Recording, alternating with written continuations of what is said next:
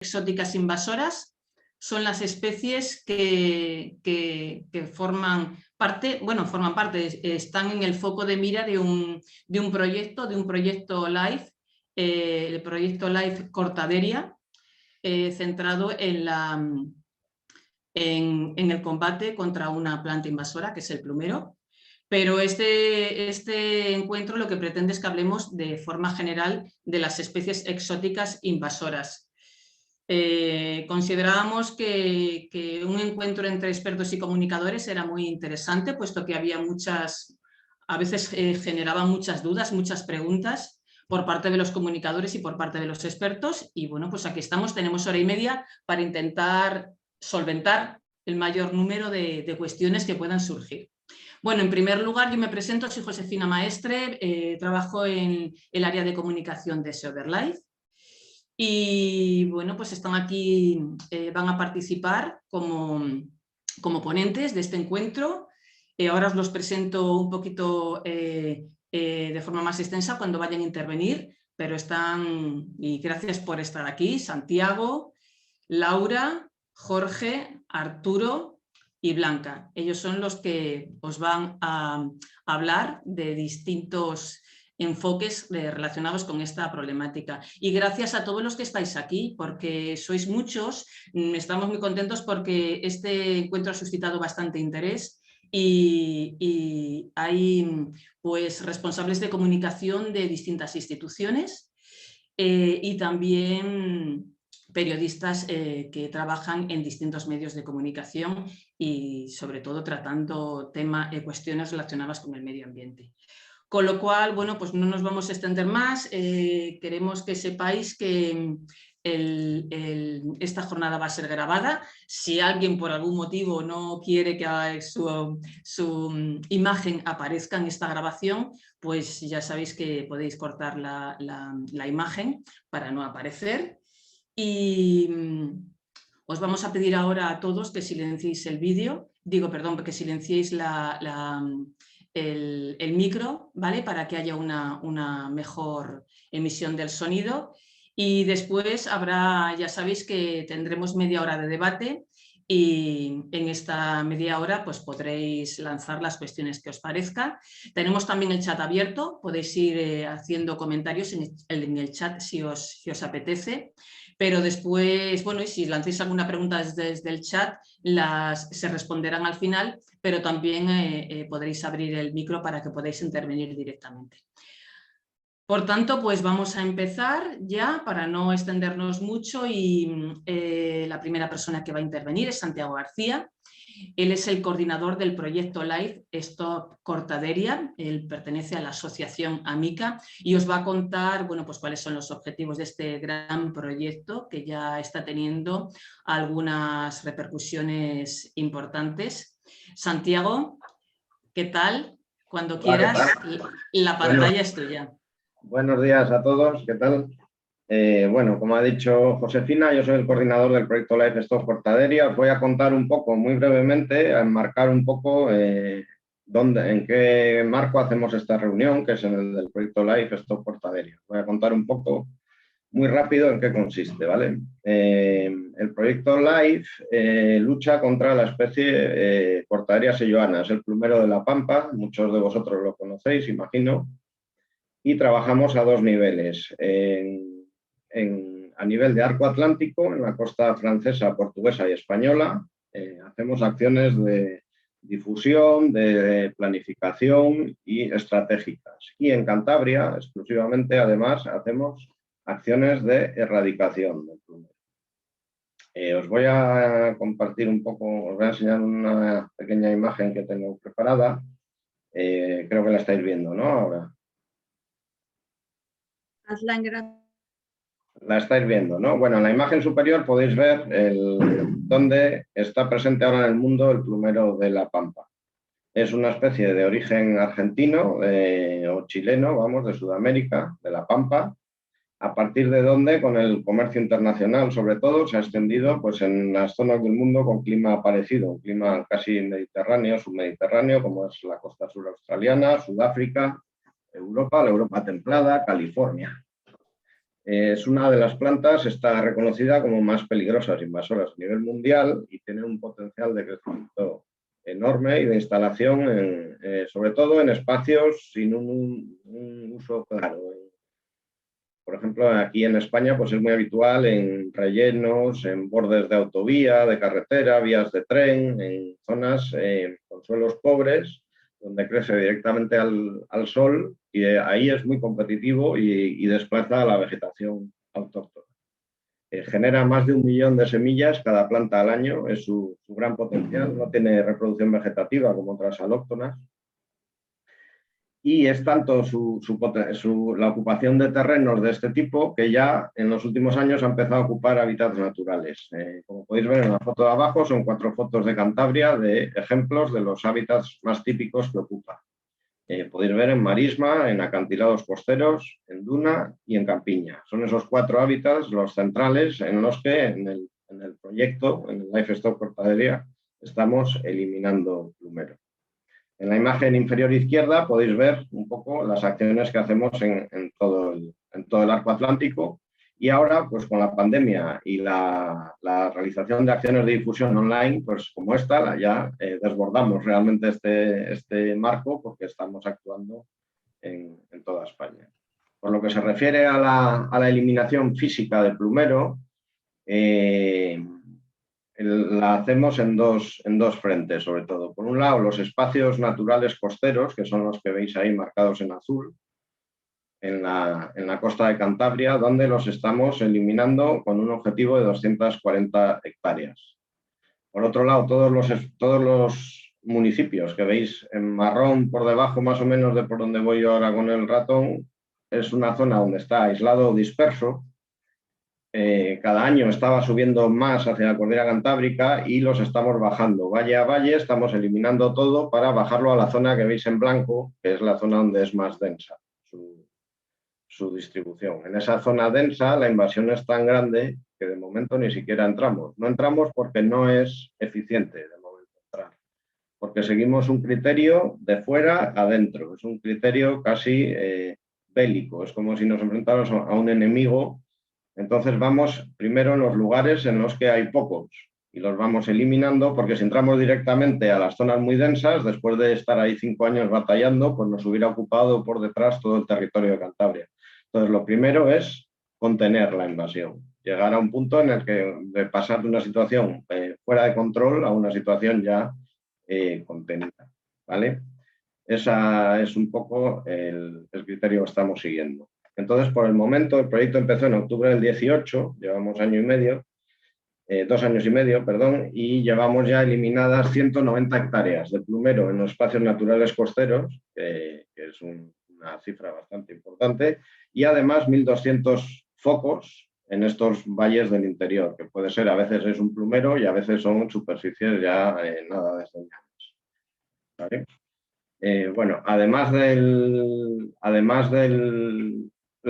la acción de erradicar plumero, hemos redactado una estrategia transnacional junto a entidades de Francia y de Portugal para coordinar todas las actuaciones, poner al día las metodologías y dinamizar toda la lucha entre todos los agentes interesados. Se la hemos enviado a 1.200 entidades de Francia, de Portugal, de España y ya somos más de 90 entidades adheridas a esta estrategia. También tenemos en la web escrito un manual en 4 idiomas, en inglés, francés, portugués y español, con todas las metodologías actualizadas, las mejores metodologías para luchar contra el plumero. Y es un poco, estamos capacitando a personal de sectores que no son propiamente de biodiversidad, pero que están muy relacionados con la lucha contra el plumero. Como pueden ser los gestores de infraestructuras, jardineros, ganaderos y periodistas. En este marco es esta acción y otras que hemos realizado también sobre comunicadores en Portugal. Y el proyecto, pues eso, estamos llevando ya 1 año y medio, se está desarrollando con bastante éxito. A nivel de Cantabria, estamos encontrando bastante apoyo en el sentido de que el ciudadano medio de Cantabria identifica al plumero como una planta invasora y no la quiere ver, entonces sí que nos estamos encontrando mucho apoyo. Y por último, simplemente una mención, el proyecto además de un objetivo ambiental tiene un objetivo social. En Cantabria hay 3 cuadrillas permanentemente trabajando, erradicando el plumero, y están formadas íntegramente por personas con discapacidad. Es un proyecto ambiental, no es de protección social, tienen discapacidad, pero su trabajo es totalmente profesional. ¿Vale? Detrás mío podéis ver una sucesión de imágenes de cómo estaba primero invadido el plumero, tras la actuación y dejado pasar unos meses, como la siembra ha hecho ya su efecto. Pues así llevamos 240 hectáreas. Y nada más, esta era un poco una introducción para enmarcar un poco la jornada de hoy y ahora ya os dejamos paso con los comunicadores. Muy bien, Santiago, muchas gracias por hacernos esta introducción de este proyecto LIFE, que bueno, tiene que seguir su camino y que ya está teniendo unos resultados, como has podido contar, muy interesantes. Ahora tiene la palabra Laura Capdevila. Bueno, la pregunta que hemos puesto en el programa es muy interesante, ¿no? ¿Por qué las especies exóticas invasoras son un problema para la biodiversidad? Bueno, pues tiene el reto de contarlo en un ratito, no tiene mucho tiempo, pero seguramente que lo va a poder hacer. Laura Capdevila es presidenta del grupo especialista de invasiones biológicas y ella va a contar ahora en qué consiste este grupo. Y también es técnico del Ayuntamiento de Ramales de la Victoria, un ayuntamiento de Cantabria. Laura, cuando quieras. Hola, buenos días a todos. Bueno, muchas gracias por la oportunidad de estar aquí. Bien, a mí me toca iniciar un poquito la parte más técnica, y yo lo que me voy a centrar es en de qué estamos hablando realmente, qué es una especie exótica invasora. Bueno, ya sabéis, proteger nuestros ecosistemas, nuestras especies y lograr o mantener un buen estado medioambiental es el principal objetivo que perseguimos todos aquellos que nos preocupamos por el entorno que vivimos. Y las especies exóticas invasoras constituyen una de las principales causas de pérdida de nuestra biodiversidad, sobre todo si pensamos en hábitats y ecosistemas que sean especialmente vulnerables, ¿no? Como ecosistemas insulares o aguas continentales. Aparte, también provocan perjuicios a la economía, como la producción agrícola, ganadera, forestal e incluso a la salud pública. De hecho, respecto a este último punto, pues es uno de los actuales focos de interés en la comunidad científica y técnica, ¿no? El estudio de enfermedades o afecciones emergentes en Europa asociadas a la introducción de especies exóticas invasoras. Pero ¿realmente tenemos claro y comunicamos bien qué es una especie exótica invasora? Entonces, para esto, nada mejor que leeros y desgranaros la definición de qué es. Es un término que puede gustar más o menos, pero ¿qué es el que es? Es el término oficial. Entonces, oficialmente, una especie exótica invasora sería una especie exótica que se introduce o establece en un ecosistema o hábitat natural o seminatural y que es un agente de cambio y amenaza para la diversidad biológica nativa, ya sea por su comportamiento invasor o por el riesgo de contaminación genética. Entonces, esta definición nos da 3 puntos o conceptos clave: exótica, introducción y agente de cambio. El término exótico o alóctono se refiere a especies o subespecies, también incluyendo partes, semillas, huevos, pábulos que puedan sobrevivir y reproducirse, que son introducidos fuera de su área de distribución natural o de su área potencial de dispersión, que no hubiera podido ocupar de otra manera sin la introducción, o sea, sin la influencia directa o indirecta del ser humano. Por poner un ejemplo, si tenemos una especie de pez presente en el Ebro, pero que no está, y por lo tanto tampoco iba a poder llegar por sus propios medios en el Miño, sería considerada exótica en el caso de que fuera introducida en otra cuenca. Entonces, el concepto exótico no es el que estamos tan acostumbrados las personas en general y requiere un esfuerzo para evitar este tipo de confusiones. ¿Por qué? Pues porque tiene ciertas connotaciones sociales que luego se hablarán, que pueden generar esta confusión y una percepción errónea, ¿no?, de esta problemática. Bien, esta era la primera parte de la definición, que es muy importante tener en cuenta. Estamos hablando de especies exóticas o alóctonas. La segunda parte era la introducción, es decir, tienen que ser especies que se hayan movido por acción humana, ya sea voluntaria o accidental, fuera de su área de distribución natural a otra zona de la que no, en la que no podrían haber llegado de ninguna otra manera.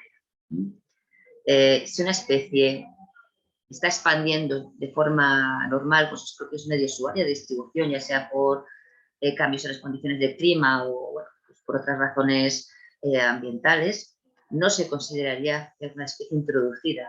Siempre tiene que estar mediada de una u otra manera por el ser humano. Y el último punto es que tiene que ser un agente de cambio. Es decir, tiene que producir algún efecto negativo en los ecosistemas donde se ha introducido, ya sea por competir ventajosamente con especies autóctonas, por el espacio, por el alimento, por los recursos, por la luz, etcétera, por alterar su pureza genética, es decir, que se pueda hibridar, ¿no?, con especies nativas, ya sea que esta hibridación después produzca o no descendientes, pero bueno, que pueda verse alterada esta pureza genética, o bien por ser especies que transforman, transformadoras, que alteran los equilibrios ecológicos de los hábitats invadidos. Sobre todo estos tres grandes bloques serían el impacto que provocan sobre la biodiversidad nativa, pero también tendríamos el impacto sobre la salud, no solamente la salud humana, también la salud vegetal y animal, ya sea por ser transmisores de enfermedades, de patógenos o de parásitos, o serlo en sí mismas. Y la tercera parte, que tampoco por ser tercera es menos importante, es porque puedan llegar a suponer una amenaza grave para los recursos económicos que están asociados al patrimonio natural. Entonces, bueno, creo que con esta definición queda bastante, o espero que quede como bien enmarcado a qué estamos hablando. ¿De qué estamos hablando cuando utilizamos el término especie exótica invasora? Con las tres palabras, ¿no? Especie exótica invasora. Entonces, por mi parte, yo creo que ya lo dejaré aquí para dar paso a mis compañeros y después en el debate, que será lo más emocionante de la mañana, seguiremos abordando este tema. Muy bien, gracias Laura por marcarnos, ¿no?, ponernos este marco, este cuadro, ¿no?, de qué es la especie exótica invasora, de los impactos no solo en la biodiversidad, también en la salud y también en los recursos económicos. Más adelante podremos hablar de especies concretas, de problemas concretos, que quizás es lo que más nos va a poner en la cabeza, ¿no?, cuáles son concretamente esos impactos, poniendo nombres concretos. Y ahora, bueno, pues damos la bienvenida a Jorge Orueta. Él es técnico de SoberLife y es miembro del grupo de especialistas en especies invasoras de la UICN, de la Unión Internacional para la Conservación de la Naturaleza.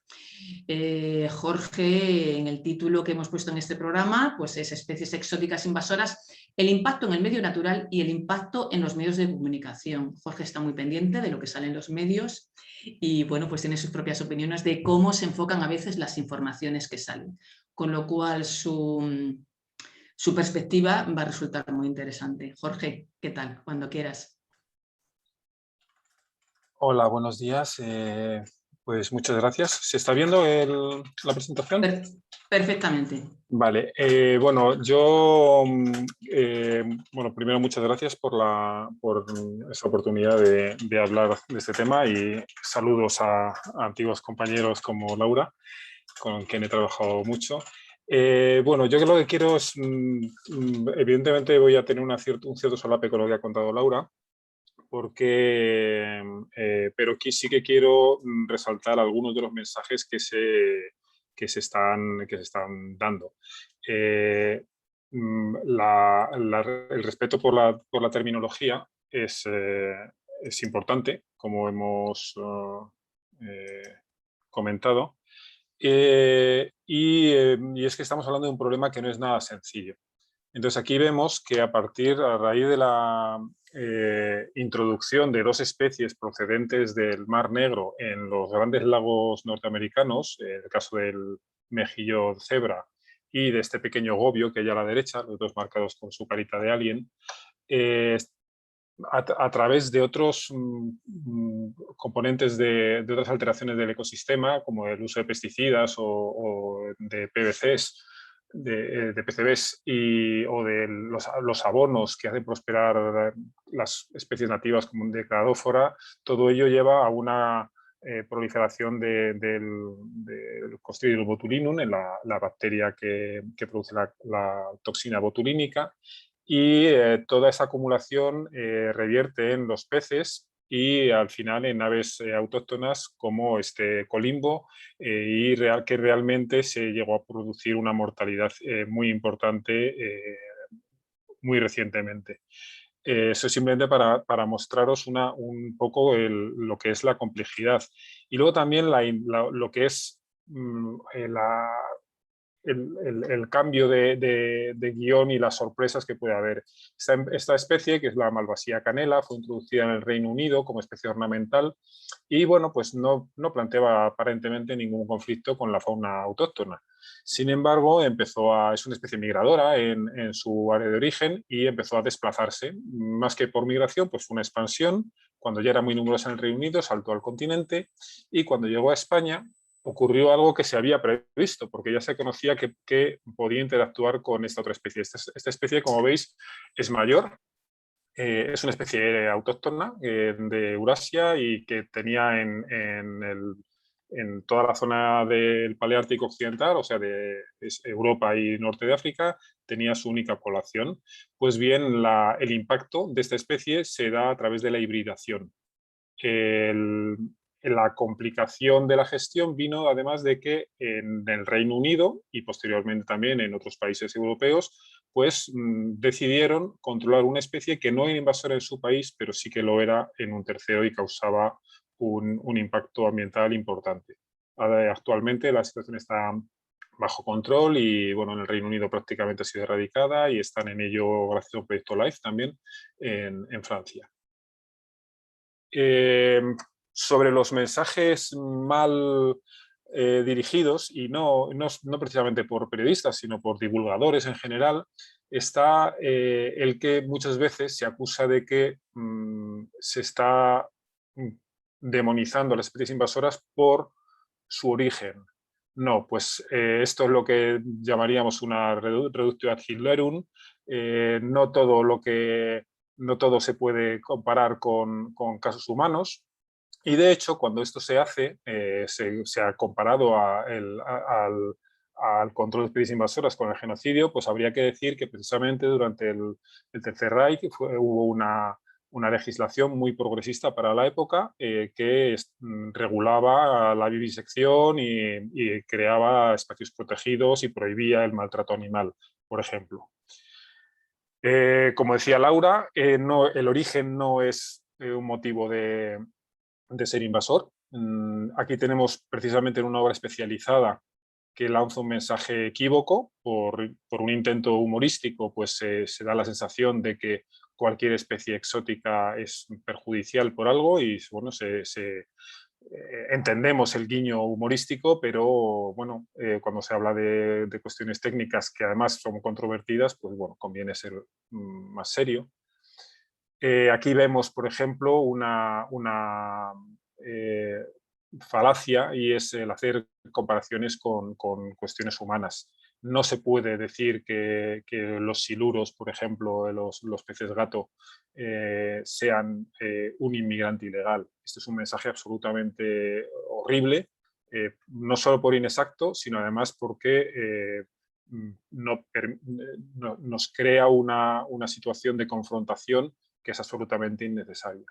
Entonces aquí vemos tanto la falacia de enfrentarlo de ser un símil humano como el simplemente suponer que por ser alguien proveniente del extranjero es algo que hay que controlar. O sea, el mensaje no puede ser peor. Y por desgracia viene de alguien que se supone que es divulgador.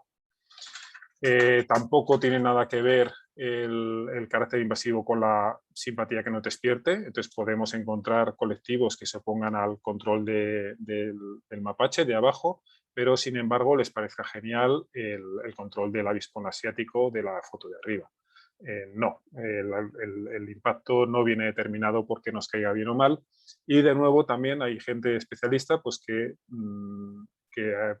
por una una cuestión en un momento dado de, sí, bueno, que joquemono, este ganso del Nilo leucístico, pues no es una cuestión que haya que deba plantearse como joder, qué atractivo es o como o qué bien que ha nacido. Bueno, es una especie que es muy agresiva con otras aves, con otros patos, y que los excluye de su terreno, y hay una inacción de la administración bastante importante a este respecto. Esto ya es una cuestión que me deja perplejo, ¿no? Porque este meme salió a raíz del apoyo de determinadas organizaciones conservacionistas, de un buen número de ellas y de la comunidad científica, sobre el control de especies invasoras que tienen un aprovechamiento cinegético o de pesca deportiva. Y curiosamente, quienes introdujeron estas especies para pescarlas o dispararlas acusan de asesinato a los conservacionistas. Y la frase de abajo parece ser un guiño que hacen, no sé, a asociaciones de bienestar animal o animalistas, no lo sé. La verdad que me parece bastante kafkiano. Y por último, hay que señalar que no estamos lanzando un mensaje de erradicar especies que no nos gustan. Estamos hablando de conservación, y precisamente estamos en la década de las Naciones Unidas de la restauración de ecosistemas, y lo que sí que hay que destacar es que la erradicación de una especie invasora forma parte de un proceso de restauración, forma parte de un proceso de recreación y de recuperación de los hábitats y de las especies amenazadas. Y nada más, ahí tenéis mi correo electrónico para cualquier cosa y mi cuenta de Twitter por si queréis ver lo que de vez en cuando pueda decir sobre este tema. Y muchas gracias. Muchas gracias a ti, Jorge, por esta exposición y por traernos algunas de esas informaciones, breves informaciones que salen en redes y que a ti te han impactado. Podemos hablar después de más ejemplos. Ahora le toca el turno a Arturo Larena. Le conocéis, es uno de los grandes periodistas de este país, especializados en temas ambientales, director de FEVerde, de la agencia EFE, con una enorme experiencia en el tratamiento de estos temas, y seguramente que nos va a dar, bueno, pues muchas pistas de cuáles son las mejores formas de tratar estos temas, y sobre algunas cuestiones que los periodistas, o él concretamente, considera que hay que pedir a los expertos para que se clarifiquen mucho mejor los impactos y las invasiones que tienen que ver con estas especies. Arturo, cuando quieras. Gracias por estar aquí. Muchas gracias, Josefina. Probablemente de todos los ponentes yo sea el menos especializado, entre otras cosas porque hago periodismo ambiental, y el periodismo ambiental abarca muchos campos, ¿no? Entonces, las especies exóticas invasoras es un tema hiperespecializado. Un tema hiperespecializado del que mis compañeros de mesa ya han sentado alguna de las bases, como tener claro que no todas las especies exóticas son invasoras, o que estamos ante un problema global porque especies que en nuestro territorio son invasoras no lo son en su lugar de origen, y en cambio, sin embargo, especies propias de nuestro territorio sí que pueden ser invasoras en otros territorios.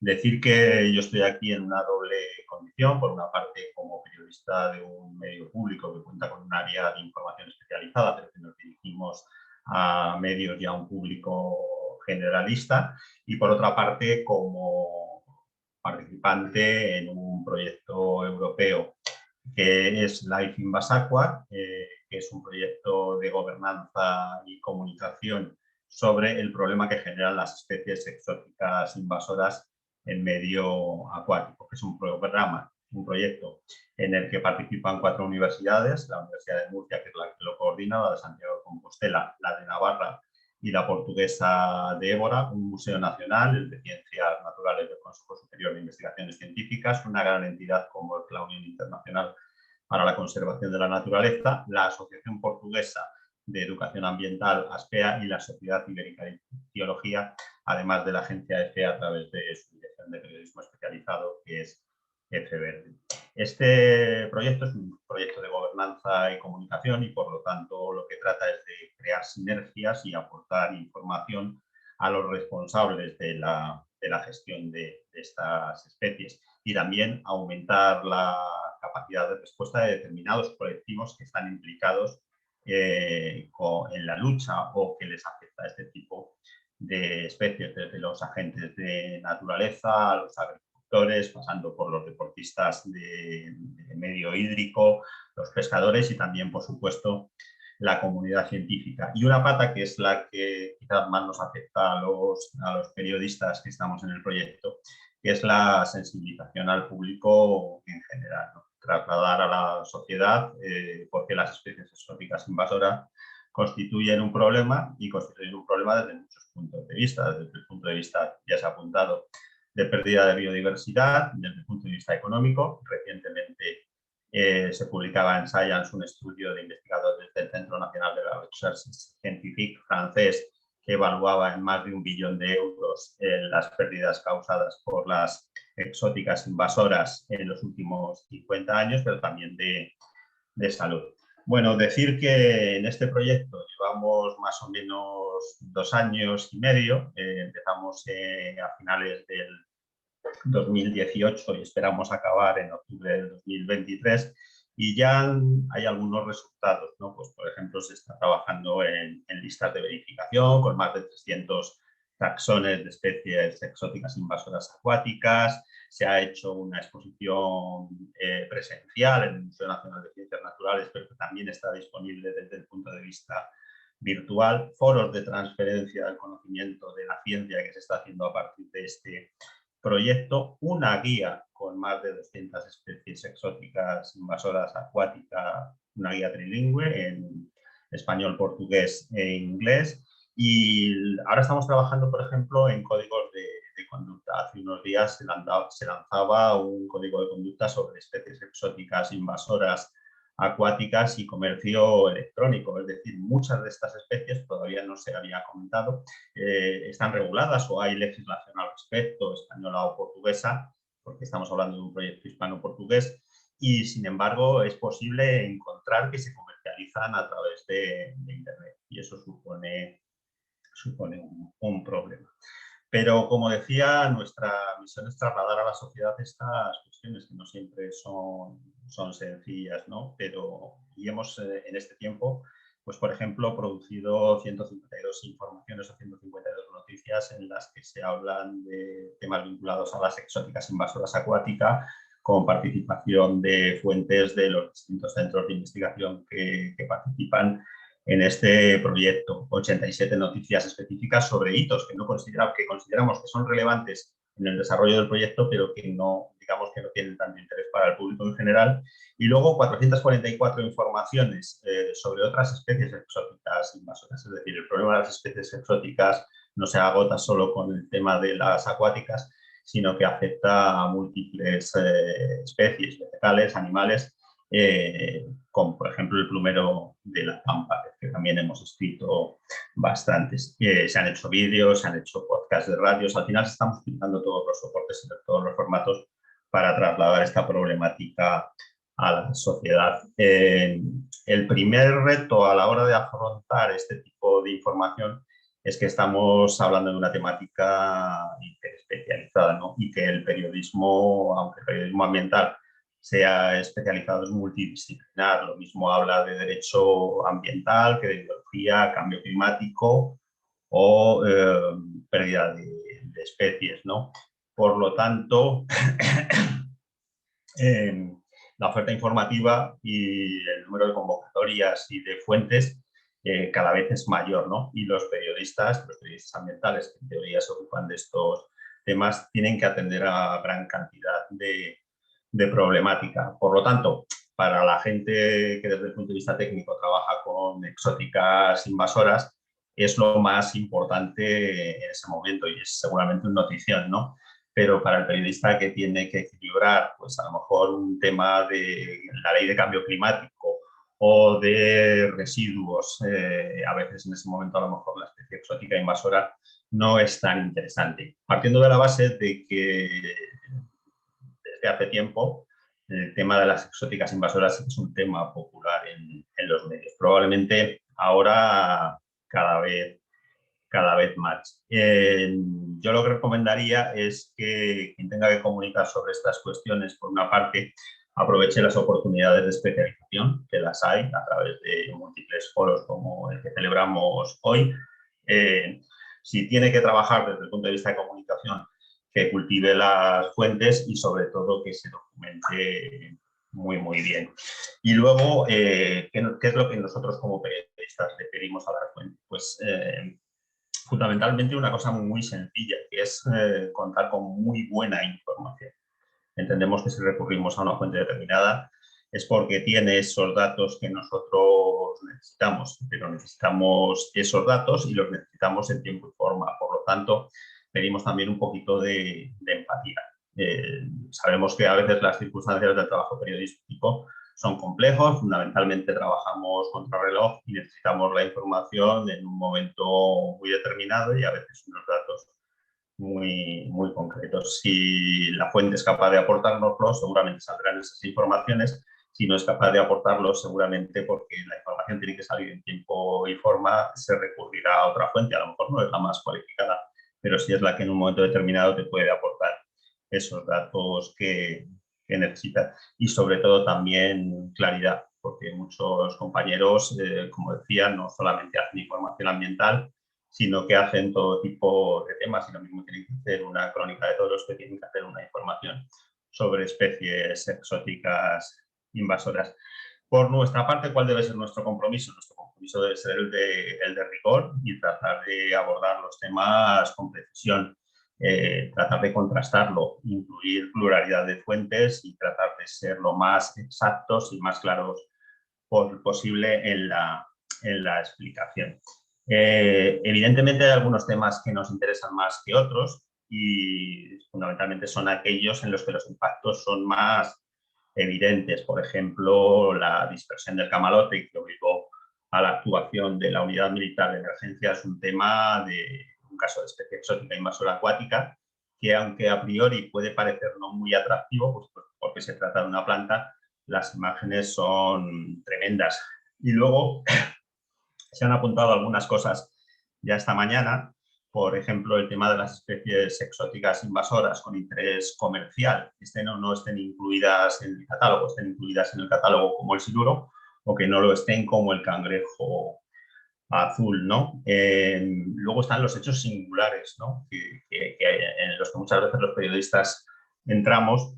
Pues, por ejemplo, recuerdo el caso del cocodrilo de Valladolid o de Valmayor, que se estuvo buscando durante hace unos años y he consumido los 10 minutos, pero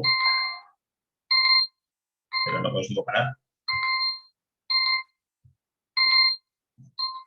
Un momentito. Nada que me vaya.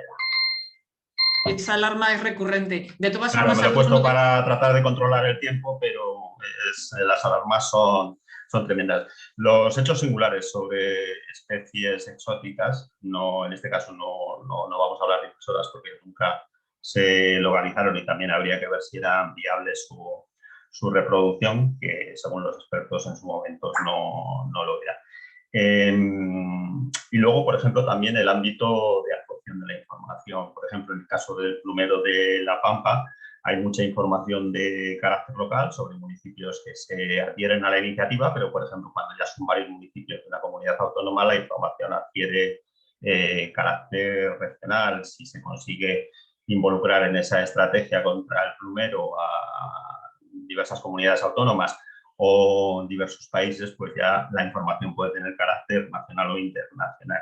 Yo sí que creo que hay especies exóticas invasoras que tienen mejor prensa que otras, pero también creo que hay animales y especies que son más mediáticas que otras, porque son más graciosos, tienen una mejor apariencia, son bichos más guapos, por decirlo de alguna manera, ¿no? Entonces, bueno, todo eso sí que genera corrientes de simpatía o antipatía en el público.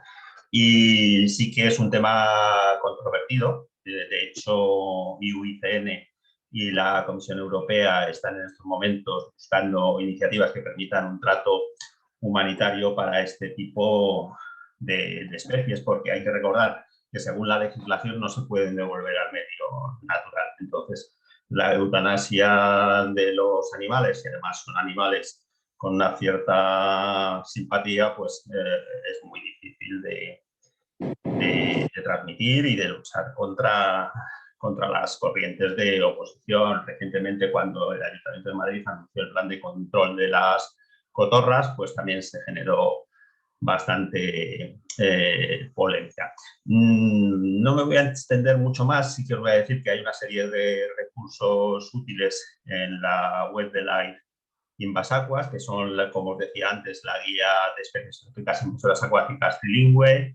De momento el primer código de conducta, pero habrá más. Hay podcast de radios, está el tema de la exposición con recursos gráficos que podéis descargaros y podéis utilizarlo para replicar la exposición o para utilizarlo para vuestras publicaciones. También están los de la campaña Revisa Limpia y Seca para distintos colectivos, como decía, desde los de deportes acuáticos a los agricultores. Hay recursos gráficos y os podéis inscribir en la newsletter que se manda cada 3 o 4 meses. También tenéis contenidos del foro de transferencia del conocimiento. Y sí que os pediría una cosa, hay un estudio de percepción de las especies exóticas invasoras que a nuestros compañeros que hacen la ciencia del proyecto, pues le vendría estupendo que completarais. Y no se tarda mucho, apenas 5 minutos. Por mi parte, arrimar el ascua a mi sardina, es decir, que la información ambiental ayuda a crear cultura sobre el impacto de las especies exóticas invasoras y que probablemente es uno de los mejores antídotos el tener esa cultura para prevenir su introducción, ya sea intencionada o accidental, en el medio natural. Y que, curiosamente, cada vez se habla más de especies exóticas invasoras. Esta mañana, en un programa de estos de televisión, se sacaban imágenes del siluro por el tema de los que se han capturado ya en el Guadalquivir. Y seguro que en el debate saldrán cosas interesantes. Gracias. Muchas gracias, Arturo, por esta información que nos has ofrecido y por esa gran labor que hacéis desde la agencia. Y bueno, hablabas de que cuando se recurre a una fuente, si esa fuente responde rápido, pues estupendo, y si no, pues el periodista se va a otra fuente. Pues desde luego, si el periodista da con Blanca Serrano, que es quien nos va a hablar ahora, porque es la responsable de la comunicación del proyecto Life Cortaderia, pues desde luego va a tener siempre una respuesta muy rápida y muy efectiva. Blanca, ya lo he dicho, responsable de comunicación de este Life Stop Cortaderia. Ella está muy preocupada porque el plumero es muy bonito, a todo el mundo le gusta, y a veces decir que el plumero no está a menudo donde debería estar, pues a veces cuesta lanzar ese mensaje. Pero bueno, ella no lo va a contar ahora mismo. Blanca, cuando quieras. Buenos días, ¿me oís, no? Sí, perfecto. Pues sí, como hemos venido escuchando a lo largo de estos minutos, de esta casi hora que llevamos, pues las invasoras tenemos muchas, de muchos tipos, y algunas son, bueno, tienen su componente malo de impacto sobre el medio natural. En el caso del plumero, que es lo que me estoy dedicando yo más en concreto, además de ser una planta exótica que llegó a España, a la península ibérica, no solo a España y a Europa, como especie ornamental, nos encontramos con que es una especie además un poco particular, porque no solo está en los jardines, sino que además tiene un componente de glamour, digamos, o de aspecto bohemio, chic, y que estéticamente es atractivo y que hace que haya público muy dispuesto a ser partidario de ella, ¿no? Entonces nos encontramos con una situación algo diferente, porque ya no solo, bueno, no es como la fauna que nos resulta simpática, pero habrá también arduos defensores. Por eso un poco sí que podemos ver un poco distintos tipos de público, ¿no? Por un lado, estas personas en las que se demuestra este lifestyle, ¿no? El estilo de vida y lo que yo quiero llegar a ser, Y por otro lado tenemos los que lo tienen en su jardín, pero de pasar de cumplir el sueño, perdón, primero lo quiero en un jarrón, como os quería mostrar alguna pequeña, a ver, así lo vemos, ¿no? Por un lado empezamos, decíamos, pues lo tengo en mi jardín donde esta planta es preciosa y qué bien me decora, ¿no? Qué bien me siento con ella. Luego tenemos la opción, digamos, en la que además voy a poder conseguir esa foto estupenda en mis redes sociales el día de mi boda, utilizándola como un recurso decorativo tal y como estamos viendo, que es muy habitual. Y también nos gusta mucho llevárnosla a casa para decorar nuestro salón y hacer todo tipo de elementos decorativos con sus plumas tan estupendas, ¿no? Podemos llegar también a cumplir este sueño de que de nuestro jarrón pase a nuestro jardín, al prado del vecino, incluso a nuestro tejado, donde crece ya de forma desmesurada, y nos encontramos imágenes también como esta que vemos del litoral de Santander, en el que el plumero ya se ha desbordado y nos enfrenta a otra situación distinta, en la que ya como nos encontramos los ciudadanos es desbordados, preocupados, ¿verdad? Y sobrepasados, digamos, por la especie. Aquí tenemos otra imagen, en este caso, de la zona de la cantera de Cuchilla y la ría en Suances, ¿no? Claro, como os decía, pues tenemos digamos, varios tipos de públicos, un espectro muy amplio de público al que vamos a dirigir nuestra comunicación. Sí que es cierto, no os he dicho, pero bueno, en este caso estamos hablando ya no tanto de comunicación formal a través de medios, periodismo y demás, que también, sino cómo tratamos de llegar a través de las redes sociales, que hoy en día pues, es un medio en el que llegamos a muchísima gente también y lanzamos discursos un poco diferentes y con un formato distinto, ¿no? Como os decía, pues tenemos un espectro muy amplio de personas que van a recibir el mensaje. Por un lado están estos influencers que hemos visto y sus seguidores que tienen una actitud completamente despreocupada, incluso maravillada, ¿no? Respecto a lo que es la cortaderia. La cortadera, que es el plumero, ¿no? Y esa sensación fantástica que les produce el estar cerca de ella y poder fardar en un momento dado, ¿no? Por otro lado, tenemos un ciudadano inquieto, podríamos llamar, o incluso alarmado, en esas zonas en las que el plumero está en la fase de establecimiento, que se ha salido del medio natural y está en... ¿Me estáis escuchando? Sí, no. ¿Hola? No sé.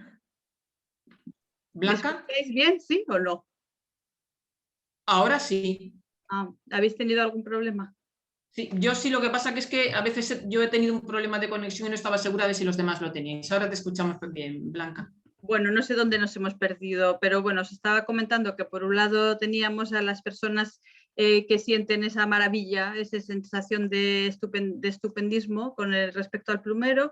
Por otro lado tenemos a los ciudadanos inquietos o preocupados porque se encuentra en las zonas principalmente en las que esta especie se encuentra en una fase de establecimiento, en la que se empieza a naturalizar y empezamos a verle salir fuera de los jardines hacia el medio natural, ¿no? Esto está sucediendo, por ejemplo, en Portugal o en Francia, donde también trabajamos, donde ya empiezas a verlo de manera, vaya, pues eso, escapándose, ¿no? O en España, pues en las zonas mediterráneas y demás.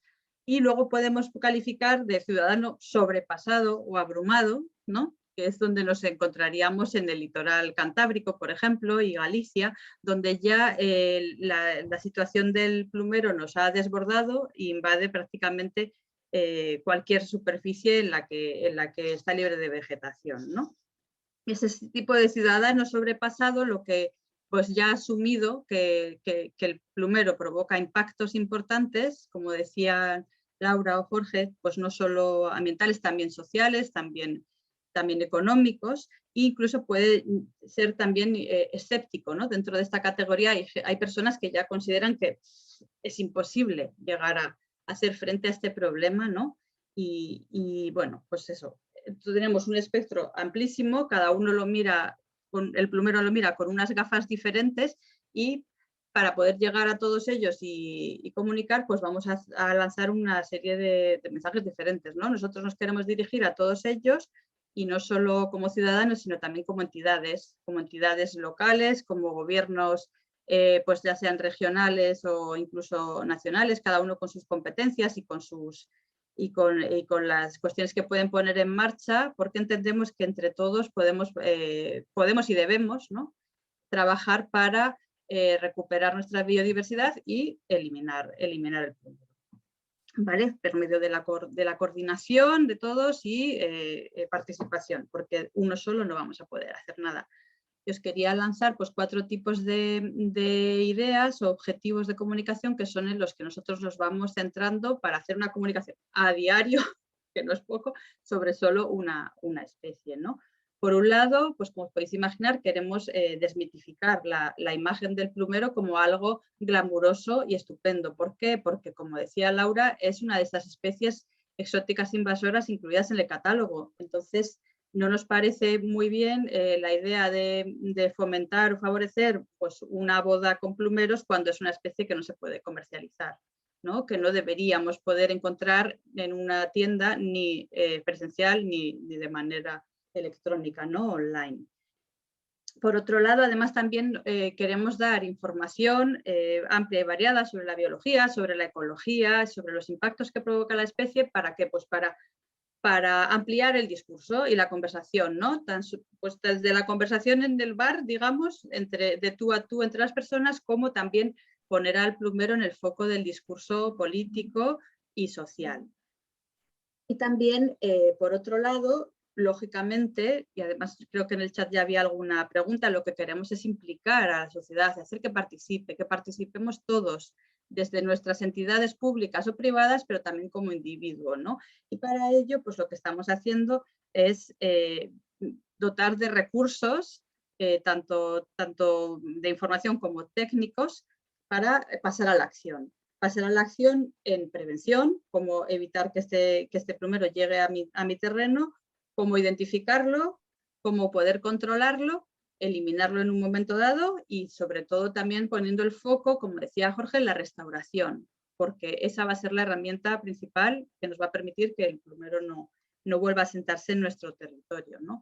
Y para eso pues estamos utilizando un poco la imaginación, pero bueno, pues a través de las distintas redes sociales, también apoyándonos en los distintos idiomas de los lugares en los que estamos trabajando, pues a veces comunicamos en portugués, ocasiones en francés y también en español, pues gracias a nuestros socios portugueses en su caso, para hablar de forma cercana siempre sobre el plumero. ¿Cómo? Pues con fotos antes y después de los trabajos, fotos un poco impactantes, algunos recursos caseros de tipo vídeos con pequeños tutoriales, bueno, que están teniendo bastante aceptación. Pues lo que queremos sobre todo ya no es la aceptación, sino obtener el feedback y que cada vez seamos más, ¿no? Porque al final es el mensaje clave que queremos lanzar, que la especie está en todas partes, pero nosotros somos más y podemos enfrentarla mejor. Y poco más. Muy bien, Blanca, pues muchas gracias a todos por estas exposiciones y bueno, pues en el chat ya se han lanzado algunas preguntas que, bueno, mientras os animáis, todos podéis participar, por supuesto. Yo os pediría que levantarais la mano para que lo podamos ver y os vamos dando la palabra, pero mientras tanto ya vamos lanzando alguna pregunta que aparece en el chat. Por ejemplo, relacionado con el plumero, lo que se pregunta es que por qué en algunas zonas de España donde aún no se ha expandido, pero sin embargo está presente en parques y en jardines, que por qué no se está haciendo nada o por qué no se está haciendo lo que se debería. ¿Cómo se está actuando en estas situaciones? Santiago o Blanca. Bueno, lo que sucede lo que sucede con el plumero es que en el clima atlántico, en el que está toda la costa atlántica española, que es con bastante humedad repartida durante todo el año, sin heladas, el plumero es tremendamente competitivo. Pero sin embargo, por ejemplo, las heladas tardías, cuando la planta es joven le mata, La cantidad de biomasa que produce requiere de mucha agua, de modo que hay muchas zonas de España en las que no tiene carácter invasor. Su carácter invasor depende mucho del clima. Y esto es lo que sucede. Hay zonas de España, en Extremadura, en Andalucía, en que está aún presente en rotondas y no se escapa de las rotondas. Y es porque no tiene una buena adaptación a ese clima y también por otra causa, y es que el plumero tiene plantas hembra y plantas hermafroditas. Entonces, para que haya descendencia, tienen que estar las dos. Y en ornamental casi todas son hembras porque es la que hace la pluma más hermosa, más esponjosa, más llamativa. ¿Vale? En todo caso, y aunque haya sitios en los que no se ha escapado, en muchos sí, y es cuestión de tiempo que haya un invierno que no haya una helada tardía, y entonces una vez que la planta pasa el primer año ya aguanta bien las heladas, etcétera. Entonces, desde luego no recomendamos su uso en ningún caso. Muy bien, hay otra pregunta muy interesante, vamos a cambiar de especie y a lo mejor con una singularidad, ¿no? Porque seguramente será en este momento, o sea, se trata de una especie invasora pero no exótica, ¿no? Raquel Vargas nos plantea que en Canarias hay un grave problema con los gatos asilvestrados, la verdad. La verdad es que lo sabemos todos, ¿no? Entonces, sin embargo, hay colectivos animalistas, otros grupos que se posicionan en contra de que haya un control sobre estos gatos asilvestrados. Y la pregunta concreta es, ¿cuál podría ser la estrategia de comunicación adecuada para sensibilizar a la población respecto a este tema? ¿Quién quiere responder? Sí, si me permites, por lo menos en parte. Bueno, aprovecho de todas formas para decir, como habitante de una zona donde el plumero no es invasor todavía, que este tipo de situaciones parecía que iba a ser la norma hasta que, como tú dices, empieza a haber heladas menos potentes. Eso es el caso, por ejemplo, del Galápago de Florida. Todo el mundo decía, no, esto no pasa nada porque pues solo hace falta que haya una pequeña selección de individuos y un par de inviernos buenos que permitan sobrevivir a estos, y la cosa ya, pues ahora tenemos que claramente tiene un comportamiento invasor en toda la península. Y sobre los gatos en Canarias, bueno, los gatos tenemos distintos problemáticas asociadas a los gatos. Uno de ellos son los gatos domésticos que se pasean y que depredan, porque además es un instinto de los gatos, no pueden evitarlo, y muchas veces sin necesidad de ello como alimento, pues cazan. En un segundo nivel tendríamos lo que se ha dado en llamar colonias felinas, que es como tener un gato pero no tenerlo, es decir, tú te haces cargo de unos gatos que te aportan una serie de beneficios anímicos, pero sin embargo no estás haciendo nada por que suponga una responsabilidad.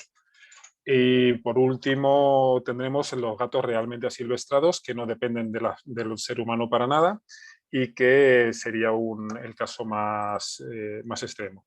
Bien, en Canarias tenemos los tres casos.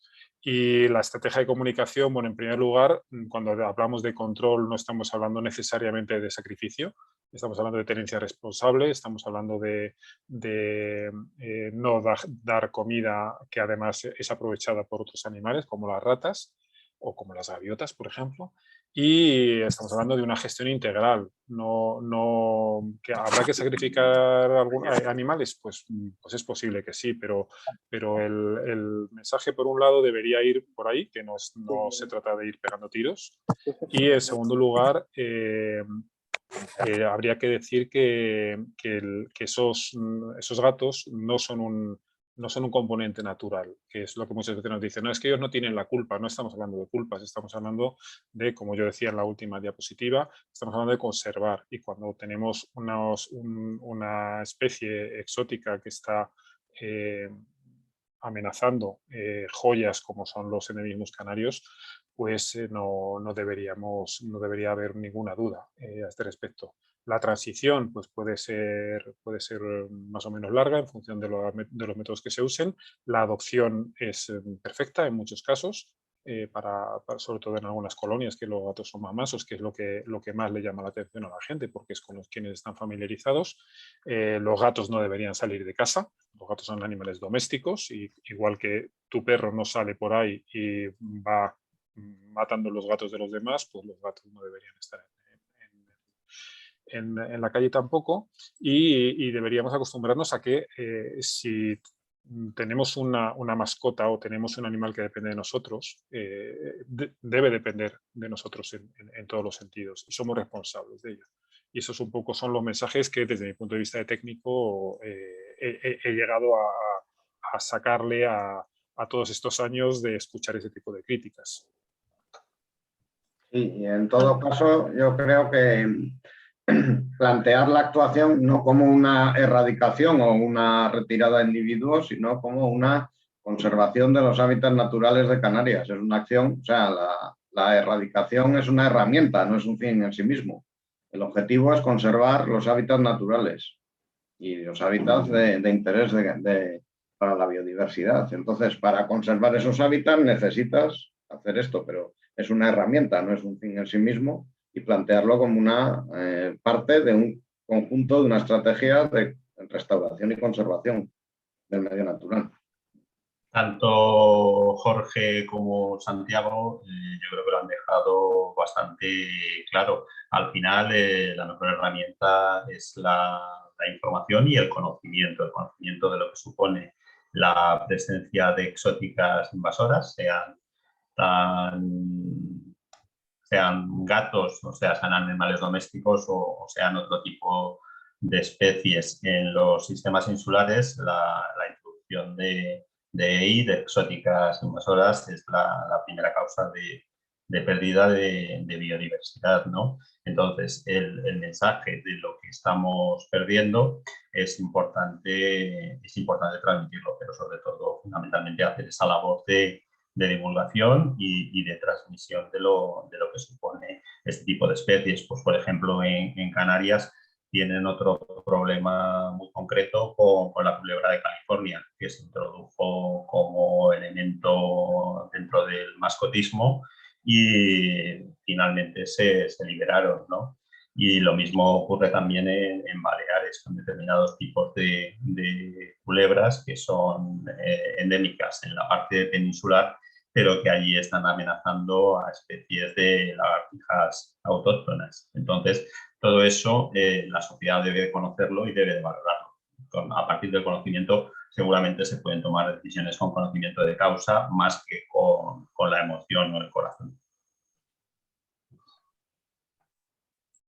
Bien, pues vamos a otra cuestión que se está planteando en el chat. María Altamirano nos dice, por ejemplo, que se está hablando de los impactos, pero que el tema de la prevención, prevenir la introducción o dispersión, es una de las mejores estrategias, ¿no?, de actuación.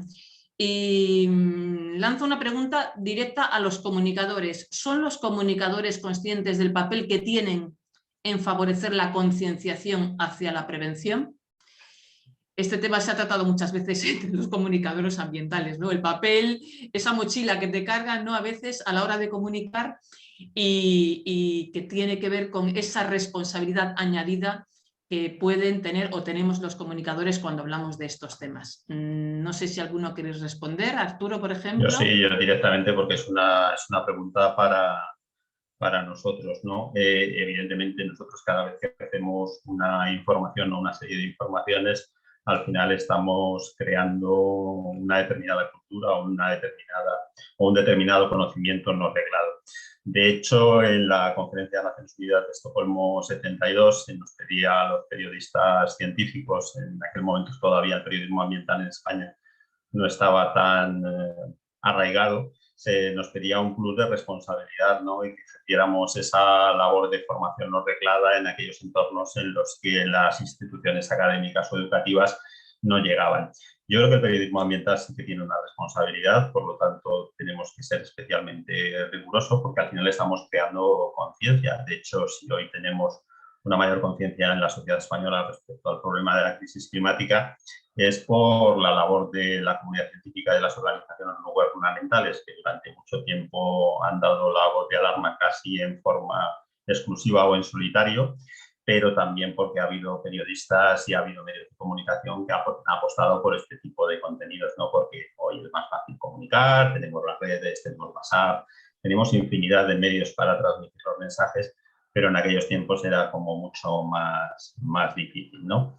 Yo creo que hay que insistir en el mensaje de la prevención. De hecho, ese es uno de las cuestiones en las que estamos ahondando en Life Invasacua, y es un mensaje que transmitimos en nuestras informaciones, porque una vez que una especie se ha implantado es mucho más difícil de erradicar. Fijaros lo que estaba ocurriendo, yo hablaba antes del camalote, y bueno, no se puede actuar con medios químicos, entonces la retirada mecánica no solamente es complicada, sino que además tiene un gran coste económico, ¿no? Por lo tanto, también conviene vigilar esos vectores de introducción de las especies exóticas invasoras, ya sean intencionados o sean los involuntarios, ¿no? Entonces, bueno, la prevención en estos casos es la mejor herramienta para combatir las exóticas invasoras.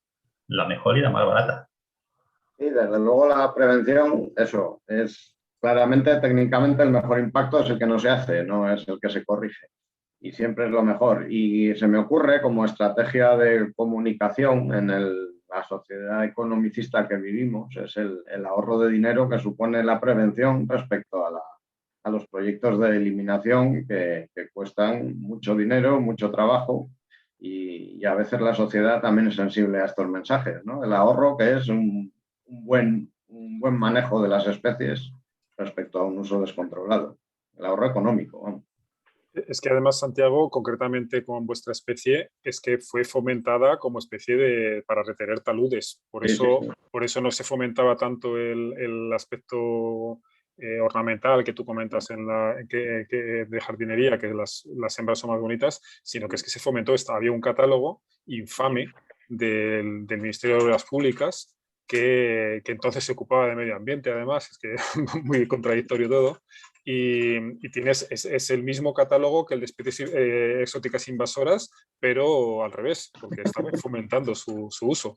Y bueno, una situación muy kafkiana, muy surrealista, y por eso se expandió tanto en un principio, porque claro, al estar en una estructura lineal, era muy fácil que pasara a los laterales de las autovías y de las autopistas.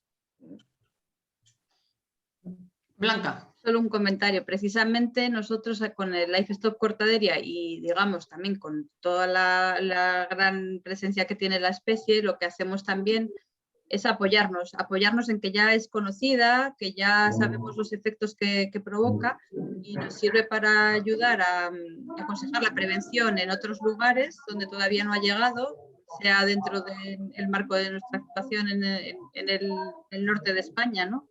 Donde tenemos municipios con heladas en los que de momento no está, pero podría llegar.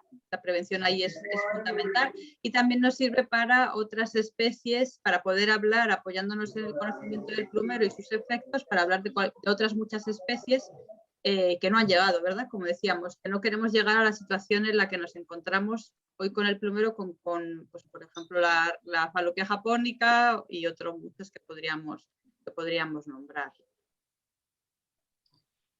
Bien, pues continuamos. Lo vuelvo a comentar, ¿no? Si alguno de los que estáis aquí os apetece lanzar la pregunta de viva voz, pues estupendo, porque esto es más dinámico y nos gusta escucharos, no a todos, porque no puede ser. En este momento somos 43 personas las que estamos aquí en este encuentro, pero bueno, que estamos encantados de escuchar alguna de vuestras voces. Mientras tanto, más preguntas muy interesantes, alguna muy directa y concreta. ¿Hay alguna especie en este momento muy peligrosa y fuera de control? Laura, a lo mejor nos puedes decir algo respecto a esto. Pues respecto a alguna especie fuera de control, al menos por la parte que me toca más cercana, es precisamente una planta.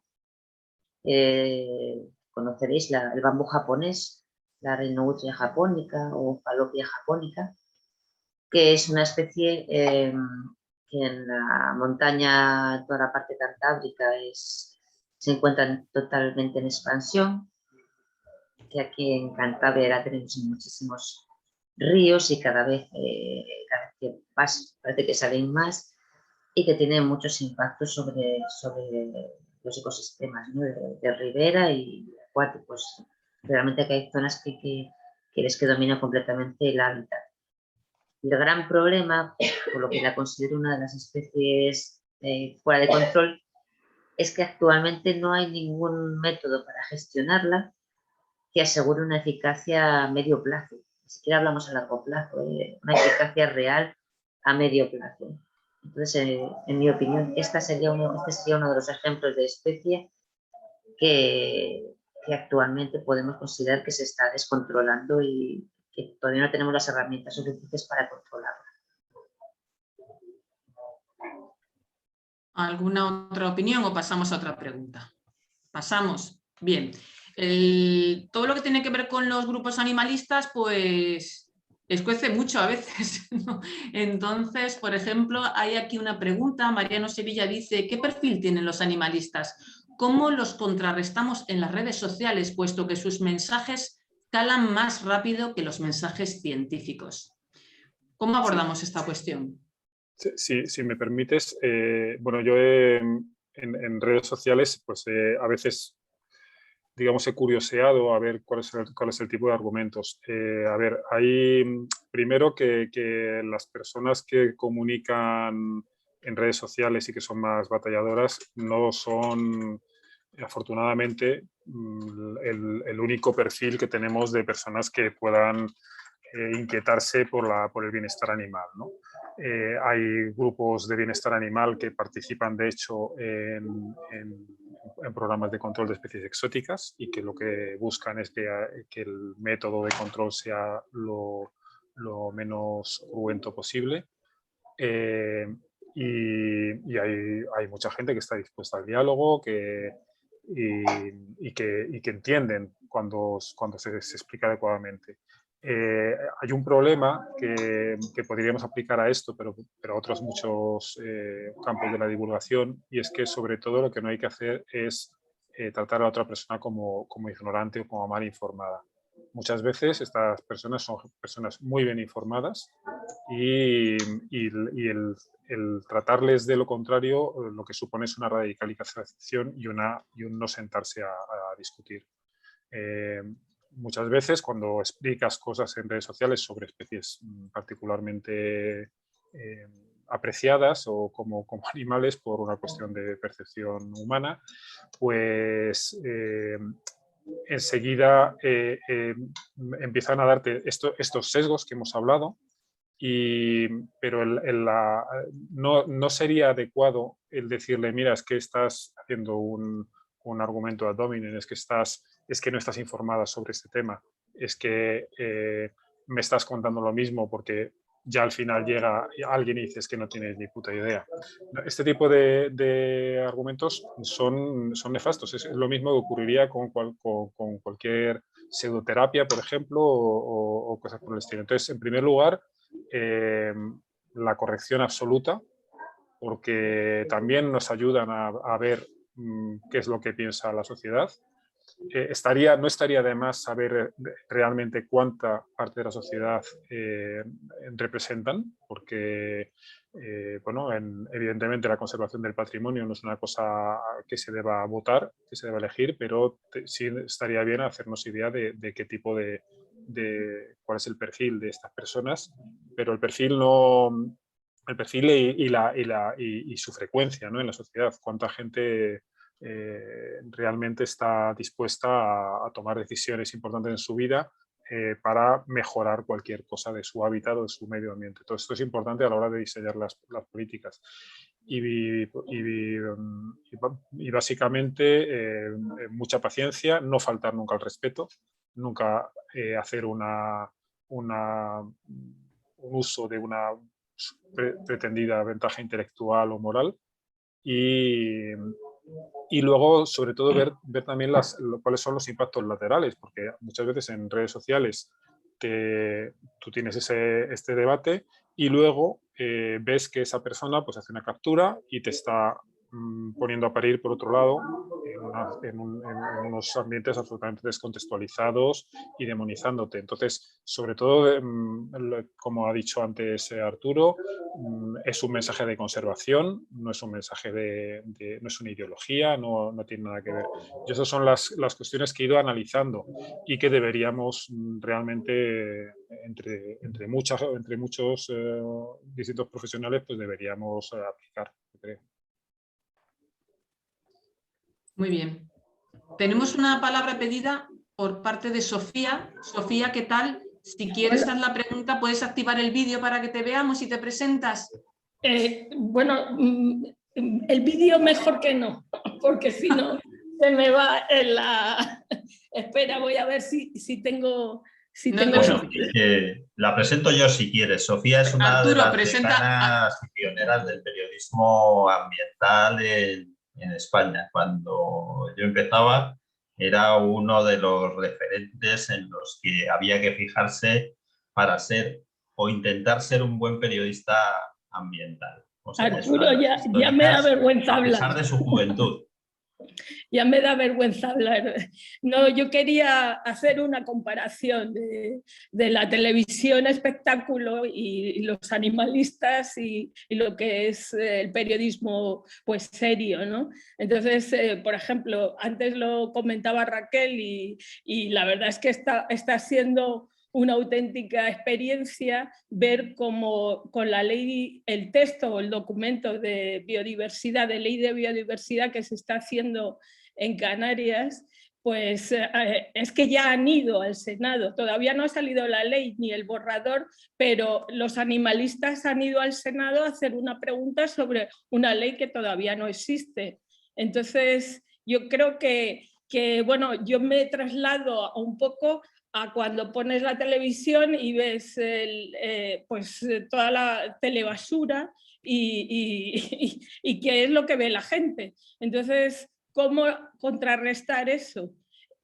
Pues es muy difícil, pero quizá hay que pisar igual de fuerte que ellos, ¿no? Entonces, a veces la seriedad por parte de los periodistas ambientales, cuando queremos hacer una cosa muy a rajatabla, pues te han venido siete golpes a la cabeza de lo que estamos tratando, ¿no?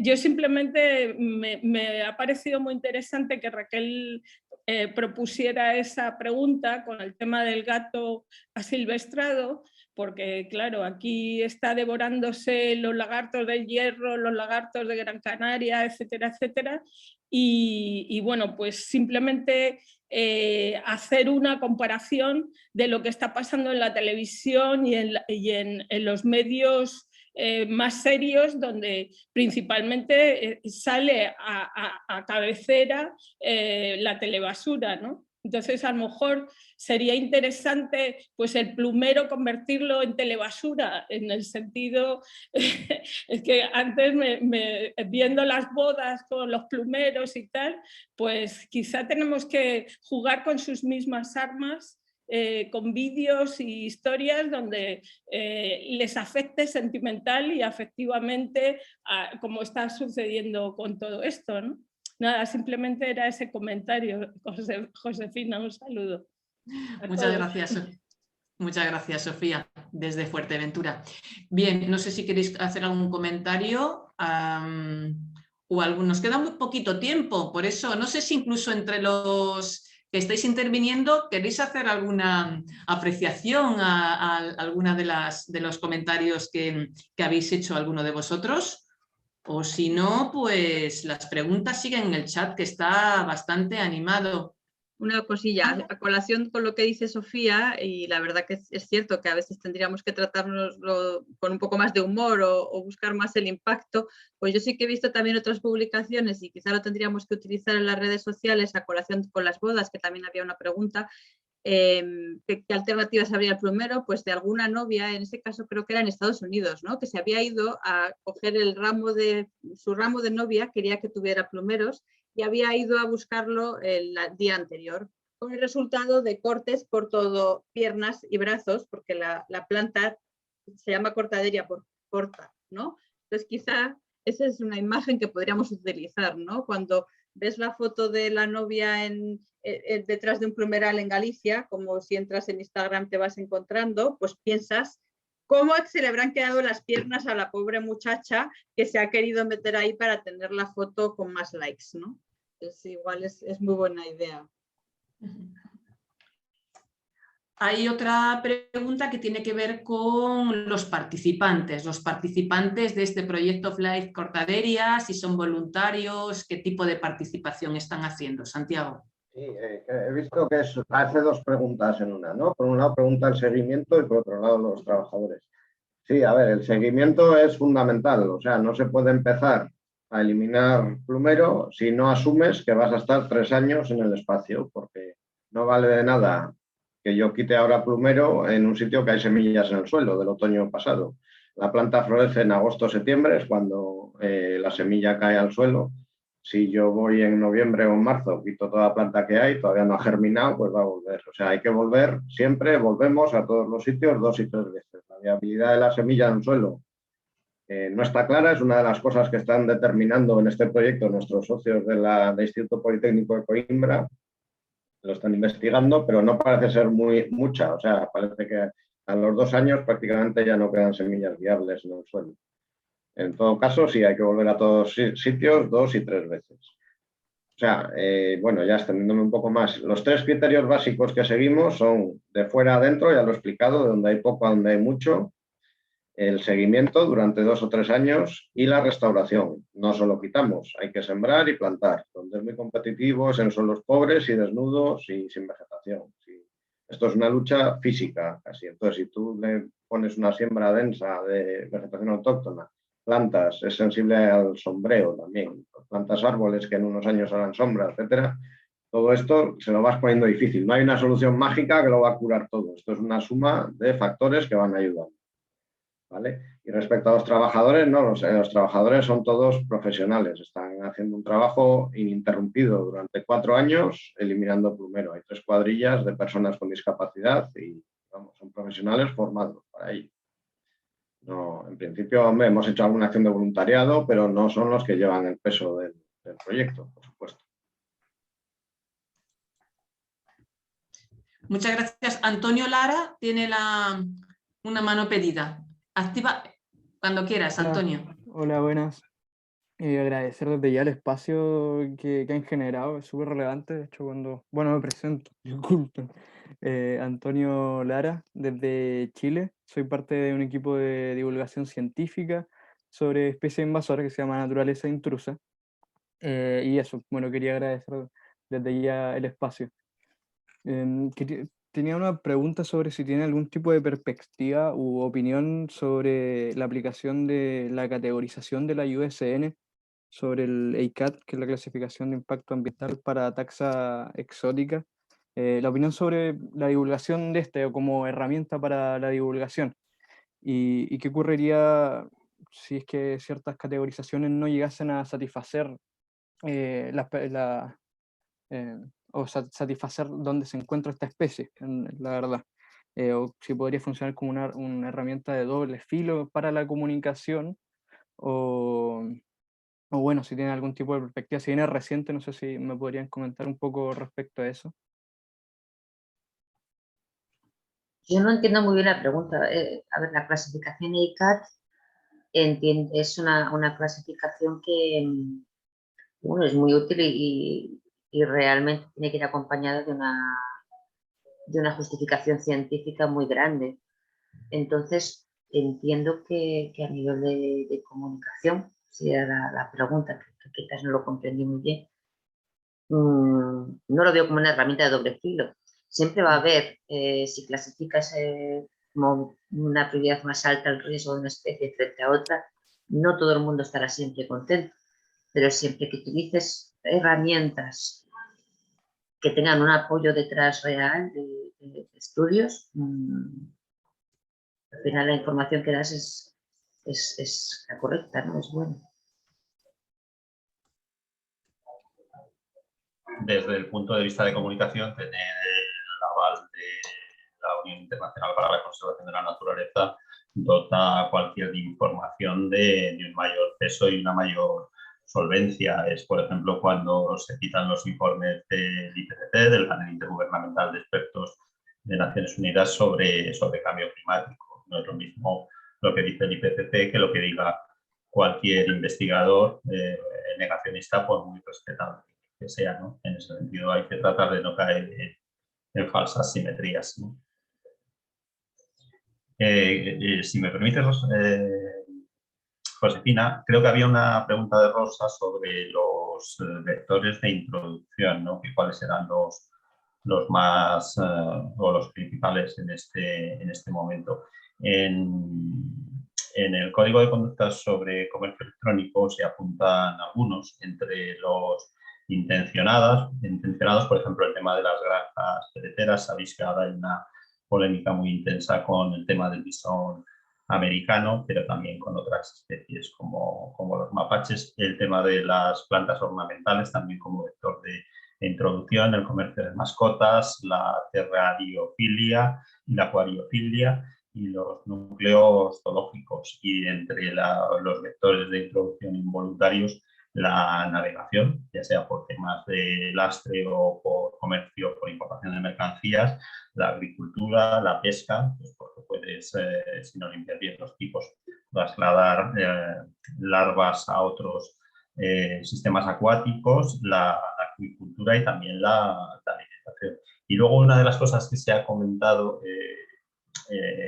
durante el debate en relación al tema de los animalistas, yo creo que es un asunto complejo, pero no solo por el tema de los animalistas, sino por las especies exóticas invasoras de interés económico, y que en estos casos lo único que se puede hacer es actuar con argumentos y con datos, ¿no? Y a ser posible con datos que sean incontestables, ¿no?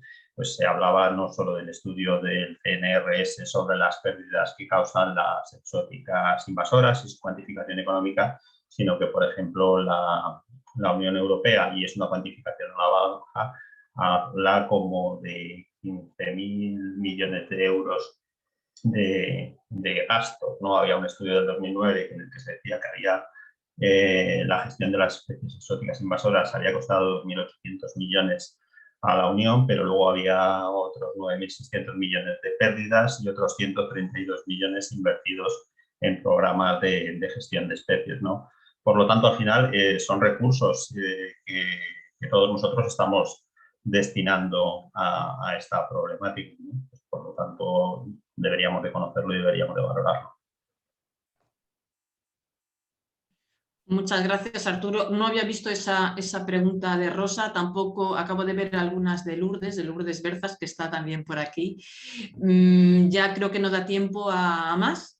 Ha habido bastante debate, muchas cuestiones más que se podrían responder, pero hemos llegado ya a nuestra hora límite, son más de las 12:30 y vamos a tener que dejar aquí este encuentro. No sé si queréis decir una frasecita de última hora, los que estáis interviniendo, y si no...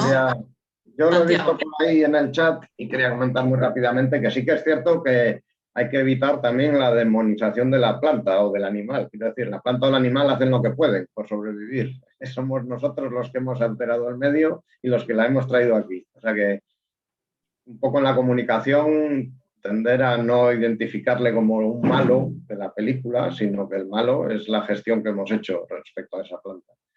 Y luego, por otra parte, también nosotros estamos quitando plumero muchas veces en sitios en los que también hay chilca o otras plantas invasoras. Entonces también hay una reflexión a veces sobre si, aparte de especies invasoras, hay espacios invadibles que estamos generando nosotros con nuestra gestión del territorio y nuestra actividad económica. Estamos dejando los ecosistemas mucho más frágiles y vulnerables a cualquier invasión, y en cuanto hay un desequilibrio, entra en nuestro caso el plumero y detrás o al lado otras muchas.